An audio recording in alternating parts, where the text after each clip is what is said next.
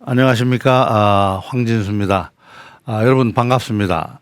우리가 지난 시간까지의 강의에서는 미래의 지속 가능한 경영을 위해서 핵심 가치가 왜 필요한지, 그리고 우리가 선정한 5가지 주요 핵심 가치에 대해서 각각의 진정한 의미와 함께 우리가 유학 경전상에서 관련된 키워드를 중심으로 미래 지속 가능한 핵심 가치와 그 다음에 유학 경전상에서의 가치가 상호 연관되어 있음을 확인하는 시간을 가졌습니다.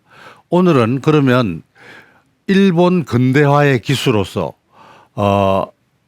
유학적 가치, 유학 경영을 바탕으로 해서 성공적인 기업 경영과 국부의 축적을 가능하게 했던 시부사와 H의 도덕 경영 철학에 대해서 살펴보는 시간을 가지도록 하겠습니다.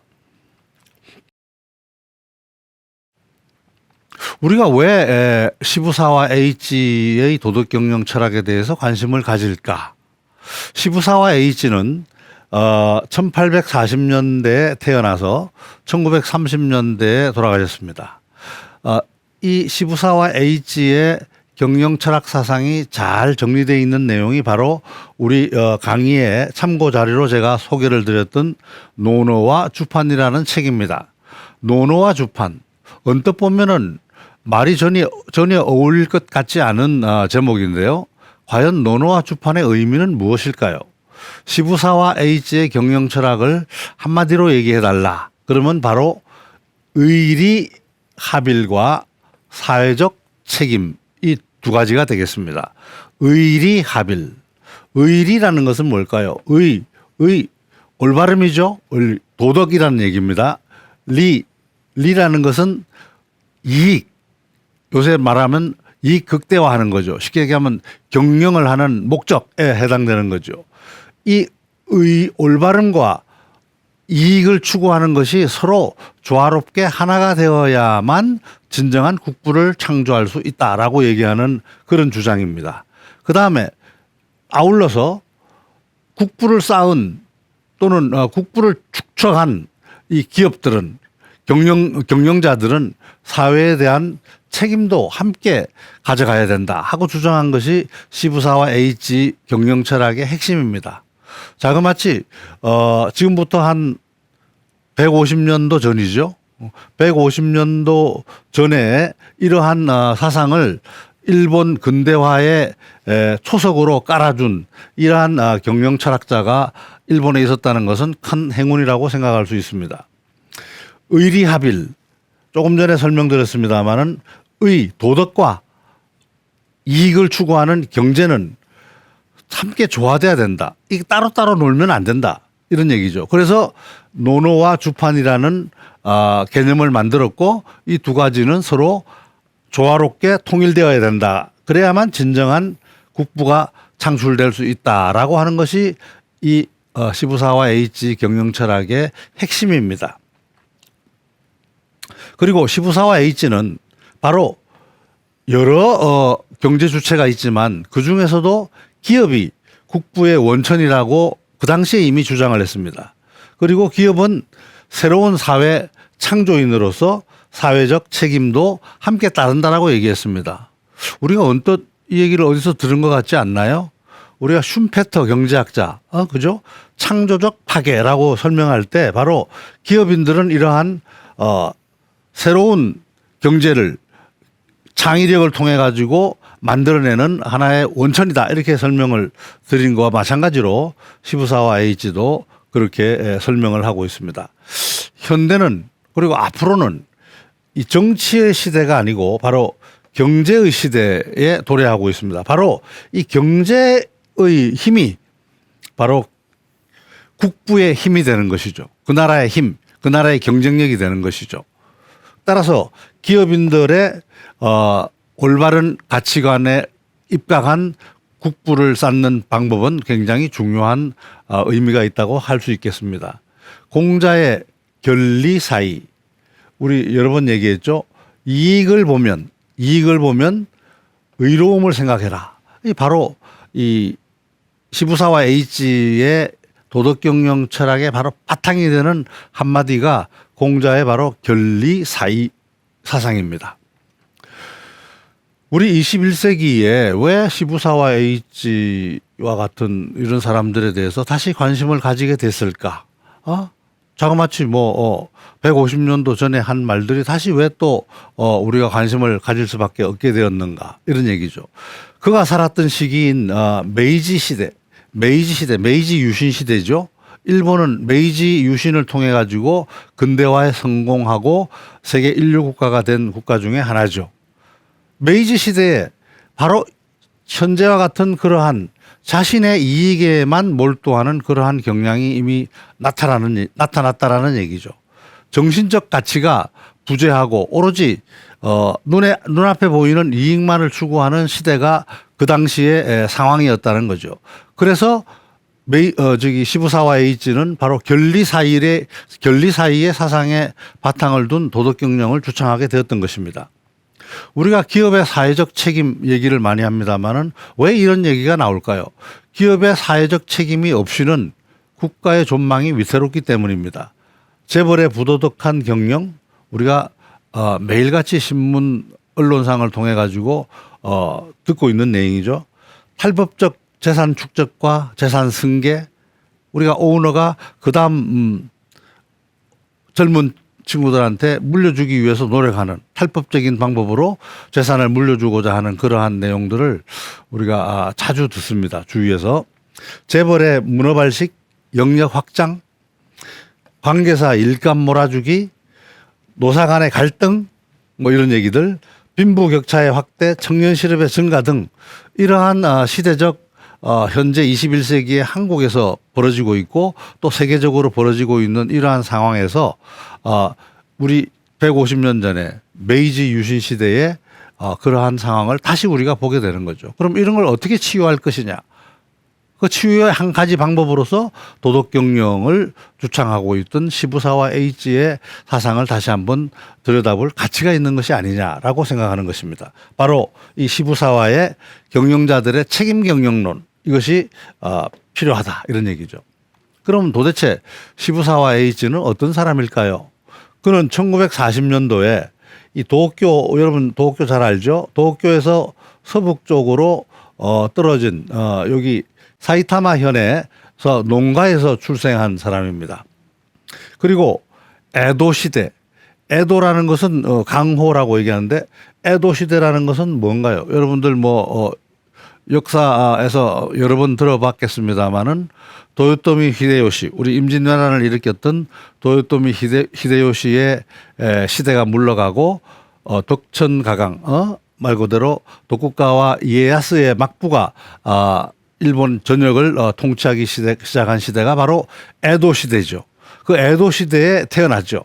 그 다음에 이 에도 시대가 저물면서 막부에서 가지고 있던 권력을 천황한테 다시 물려주는 대정봉환, 커다란 정치를 다시 받들어서 돌려준다라고 하는 그러한 대정봉환 기치를 내세운 메이지 유신이 도래되면서 메이지 시대가 도래된 겁니다. 그 다음에 대정, 다이쇼 시대, 그 다음에 소화 시대, 태평양 전쟁이 일어났던 소화 시대, 이러한 네 시대에 걸쳐서 일본 기업계의 말 그대로 어른으로서 일본 근대화 과정에 참여했고 자본주의를 일본에 다지는데 공헌했던 사람이 바로 시부사와 H입니다.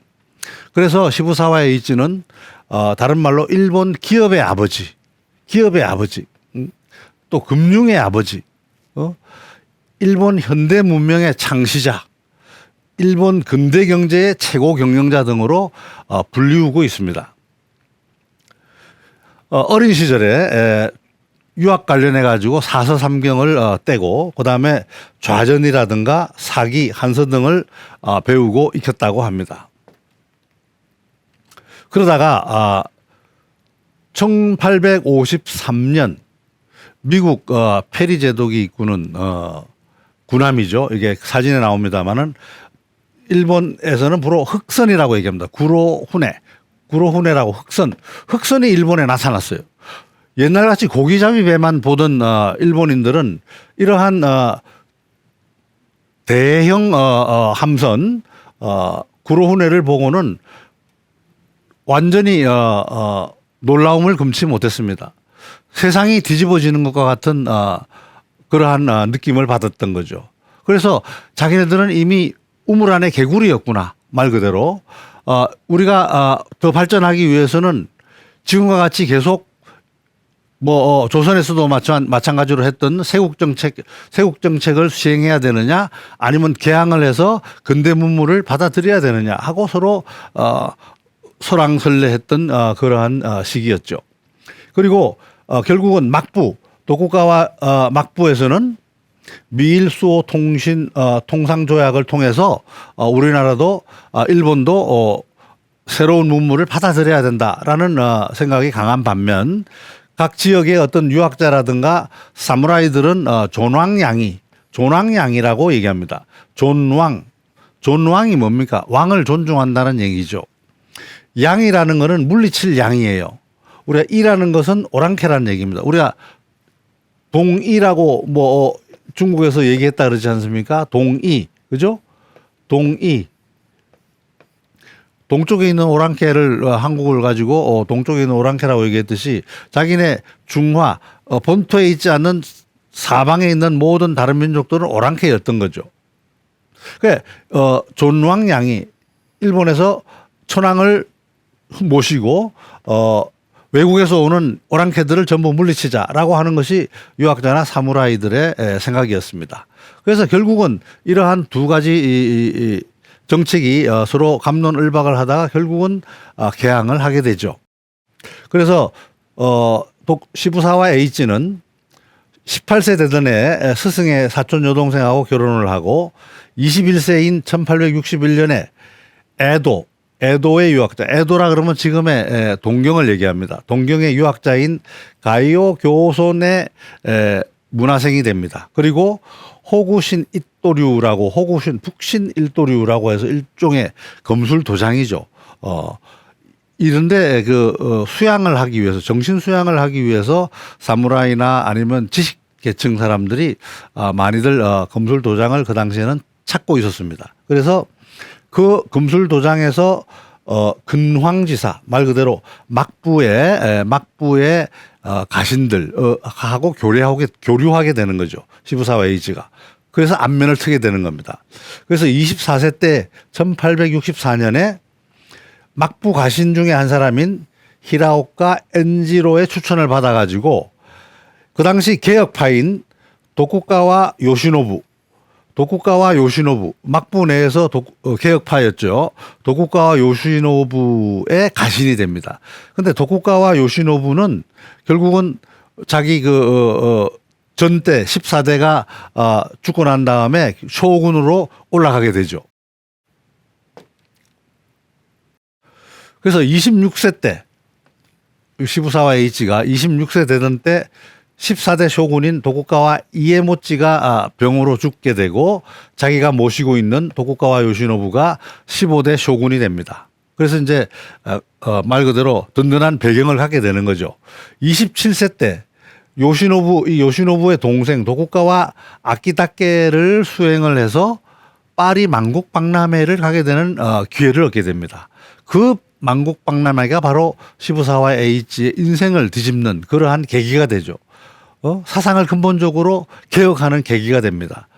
말 그대로 유럽의 근대 자본주의 문명을 눈으로 똑똑하게 보게 되는 것이죠. 증기기관이라든가 방적기계 등이 돌아가는 것에 보고 충격을 금할 수가 없었죠. 수공업에 의지하고 있던 일본 사회에서 만국 박람회를 참여함으로 해가지고 이러한 기계화된 신문물을 접함으로 해가지고 완전히 뒤집어진 거죠. 그리고 일본의 제도는 우리나라 그 당시 마찬가지로 산농공상, 사가 제일 먼저고 상인이 제일 말미다, 비천한 직업이다라고 생각하고 있던 그러한 사상에서 유럽을 보니까 유럽의 상공업자들은 말 그대로 정부기관 관리라든가 기업인들이 평등하게 대화하고 높은 사회적 지위를 누리고 있었다는 사실에 대해서 경악을 금치 못합니다. 그래서 우리나라도 이래서는 안 되겠구나를 절실하게 깨닫게 되는 거죠. 그래서 67년에 에도 막부가 아까 말씀드렸죠. 대정봉환 말 그대로 그 당시에 에도 막부라는 것은 쇼군들이 우리나라로 쉽게 얘기하면 이 장군들이 실질적인 권한을 행사하던 때죠. 임금은 허수아비고. 그런데 실제로 이제 67년에 대정봉환의 계기를 통해서 막부의 권력이 실질적으로 천황한테 옮겨가는 대정봉환이라는 방법을 통해 가지고 메이지 정부, 실질적인 천황 정부가 탄생하게 됩니다. 이러한 대정봉환에 기여한 하나의 유명한 인물로서 사카모토 료마라는 사람도 있습니다. 이 사람은 말 그대로 사무라이였는데요. 말 그대로 막부와 번의 통일을 성사시키고 그다음에 이 막부가 천황한테 권력을 이양해야 된다를 설득해서 중앙 집권적 근대 국가를 마련하도록 기여한 데 의미가 있다고 하겠습니다. 1868년 28년 시부사와 H가 28세 되던 때는 다시 유럽 여러 나라죠. 스위스, 네덜란드, 벨기에, 이탈리아, 영국 등을 순방하게 되고 여기에서 말 그대로 각국의 은행 제도라든가 주식 공채 증권 거래소 공장 등의 경제 제도를 관찰하고 돌아오게 되는 겁니다. 29세 때 1869년 지금부터 약 한 150년 전인가요? 이제 아까도 얘기한 15대 쇼군인 요시노부의 재정 담당, 파이낸스 담당 책임자로 이제 근무하게 되는 거죠. 그래서 그러면서 최초 주식회사 시즈오카 상법 회소를 설립하게 됩니다. 그리고 메이지 정부로부터 이제 국왕으로부터 대여받은 50만 양을 가지고 교토나 에도나 오사카 등에서 이제 비료와 쌀을 구매해 가지고 다시 이제 번이라고 하는 것은 이제 제후국들 그 아래 각 지방 영주들이 가지고 다스리고 있는 그러한 마을에다가 팔아 가지고 이익을 내고 시즈오카 특산물인 차 양잠 산업 등을 이제 그 진흥시키는 그러한 역할을 하게 됩니다. 말 그대로 이제 이러한 나라의 국부를 쌓기 위해서는 상공업을 발전시켜야 된다는 사실을 깨달았던 거죠. 그리고 69년 10월에는 경영 능력을 인정받아 가지고 대장성, 요새 우리 재무부죠. 대장성의 조세 담당 국장으로 임명이 됩니다. 그러다가 33세까지 5년 6개월간 관료 생활을 해요. 그러니까 관료 생활을 하다가 결국은 자기가 해야 될 일이 이 관료가 아니다. 그리고 말 그대로 상공업을 발전시켜야 된다. 상업을 발전시켜야 된다. 특히 그리고 이 관직을 그만두고 실제로 민간 경제에 투신하게 됩니다. 그러자 주위에서는 많은 비난이 쏟아졌어요. 아니, 너무 돈에 눈이 어두워가지고 관직을 버리고 상인이 되려고 하는 거냐? 비난이 쏟아졌어요. 거기에 대해서 그 당시에 이 시부사와 H가 해명한 내용을 한번 볼까요? 일본은 정치, 교육 등 모든 영역에서 개혁이 필요한 절체절명의 위기에 처해 있다. 언뜻 보면 지금도 마찬가지로 우리가 부딪히고 있는 현실과 같지 않겠습니까?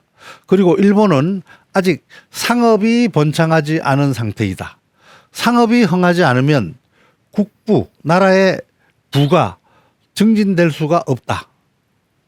그죠? 상업이 바탕이 돼줘야 된다는 얘기죠. 다른 영역의 개혁도 중요하지만 상업을 크게 진흥시키지 않으면 일본이라는 나라에는 희망이 없다고 생각한다. 야, 지금 한 150년 전에 시부사와 H는 이미 이러한 말 그대로 철학, 사상을 꿰뚫고 있었던 것이죠. 그래서 특히 그 당시에 메이지 유신을 통해서 일본의 근대화를 시키기 위해서는 국가 자금이 절실하게 필요했어요. 그런데 자금은 어디에서 나옵니까? 말 그대로 돈을 벌어야 나올 거 아닙니까? 그죠? 그래서 상업이 발달하지 못하면 이 자금이 없다. 국부 축적이 안 된다. 이런 얘기죠. 그래서 경영인으로서의 길을 택하게 됩니다. 그 당시만 하더라도 전통의 그 당시 오랜 수천 년의 전통을 극복하는 것이 바로 근대화고, 근대화는 유교, 우리나라 조선을 망친 게 우리가 성리학이라고 얘기하지 않습니까? 그런 식으로 근대화는 바로 그러한 유교를 비판하는 데서 시작된다고 모두들 보고 있었는데, 거꾸로 시부사화는 아니다. 바로 이 공자 사상에서 일본 근대 미래 경영의 길을 찾아야 된다라고 얘기했던 겁니다. 그래서 말 그대로 공자가 얘기했던 온고이지신, 옛것을 익혀서 새로운 것을 만든다. 창의적 파괴, 이런 걸 주장했던 사람이죠. 특히 중국에서도 뭐라고 그랬습니까? 중체 서용이라 그랬어요. 중체, 중국의 문화를, 사상을 채, 몸으로 하고, 서용, 서양의 기술을 활용하면 된다. 자기의 바탕을 지키면서 외부의 문물을 받아들이자 하는 것이 중체 서용, 말 그대로 중국의 근대화의 슬로건이죠. 그다음에 일본 같은 경우는 화혼양제, 일본을 화라 그래요. 우리가 화식이라고. 화혼, 일본의 혼을 중심을 잡고 양제, 서양의 기술을 받아들이는 개혁을 하자, 이런 얘기고, 우리나라 조선도 마찬가지였습니다. 조선에 우리가 개화파 동도서기, 동양의 도를 바탕으로 하고 서양의 기술을 받아들이자 하는 이러한 중체서용, 화혼양제, 동도서기, 이런 말들이 바로 그 당시에 우리가 개화 또는 혁신, 근대화의 모토로 자리 잡고 있었던 때죠. 시부사와 에이지는 근대 계몽주의 사상가였던 후쿠자와 유기치, 이분도 굉장히 유명한 분이죠. 일본 만행 위에 그림으로, 사진으로 지금 나와 있던 분이 후쿠자와 유기치예요. 이분하고, 그 다음에 정치가였던 이토 히로부미 여러분들 잘 아시죠? 이토 히로부미, 안중근 의사에 의해서 살린 역에서 사살당한 이토 히로부미, 이 3인방이 말 그대로 일본 근대를 만든 거인으로 평가되고 있습니다. 각자 맡은 역할들은 다 달랐지만 근대화를 통해서 일본의 미래를 만들어야 된다라고 생각했던 측면은 같았습니다. 특히 시부사와 에이지는 기업 경영, 근대적 기업 경영을 통해 가지고 특히 공자 사상에 입각한 경영 활동을 전개했다라는 데서 큰 의의가 있다고 하겠습니다. 그래서 시부사와 에이지는 말 그대로 아까 얘기한 기업의 아버지, 금융의 아버지라고 얘기했듯이 조세화폐, 은행, 회계제도 개혁 등 500여 개의 기업을 주도적으로 세웁니다. 여기도 뭐 국립은행장도 했고요. 일본 적십자사도 창립을 했고, 그 다음에 저축은행도 창립을 했고, 일본 여자대학교 개교도 했고, 여러분들이 잘 아는 삿포로 맥주 회사도 만들었습니다. 시부사와 에이지는 말 그대로 아까 처음에 도입부에 제가 말씀드렸습니다만은 논어, 이 도덕, 윤리를 바탕으로 한 주판, 경제, 이익을 추구하는 그러한 경영, 이 하나로 잘 융합되어야만 제대로 된 가치 있는 국부가 쌓일 수 있다라고 얘기해서 바로 이 논어와 경영은 비즈니스를 하는 사람들에 있어서 바이블이 되었던 것입니다. 그래서 유교적 경영 이념이 어때야 되고, 그 다음에 이 유상의 도, 유교적인 가치를 바탕으로 한 상업, 이런 얘기죠. 유상의 도가 얼마나 가치 있는 것인지에 대해서 설파하고 있습니다. 기업인들은 영리 추구만이 아니라 이 바로 사회적 기여나 공익을 반드시 함께 추구해야 된다고 밝히고 있는 거죠. 시부사와 에이지의 현실 진단을 볼까요? 급격한 산업화 현대화에서 전통적 가치가 없어지고 점차 이 배금주의하고 이기주의만 만연했다, 이렇게 본 겁니다. 그 당시에. 그래서 이러한 이유는 바로 공리주의. 공리주의가 뭡니까? 최대 다수의 최대 행복. 말 그대로 효용과 이익과 행복을 증진시키는 방법만 된다 그러면 수용되는 그러한 것이 바로 공리주의죠. 동양의 이 양반이 얘기한 것 중에 하나 재밌는 것은 동양의 주자학이 바로 이러한 배금주의와 이기주의를 만연하게 했다고 얘기하는 겁니다. 본래 일본은 서양의 가치를 받아들이면서 근데 본래는 금욕, 금소, 청렴함과 같은 프로테스탄 윤리죠.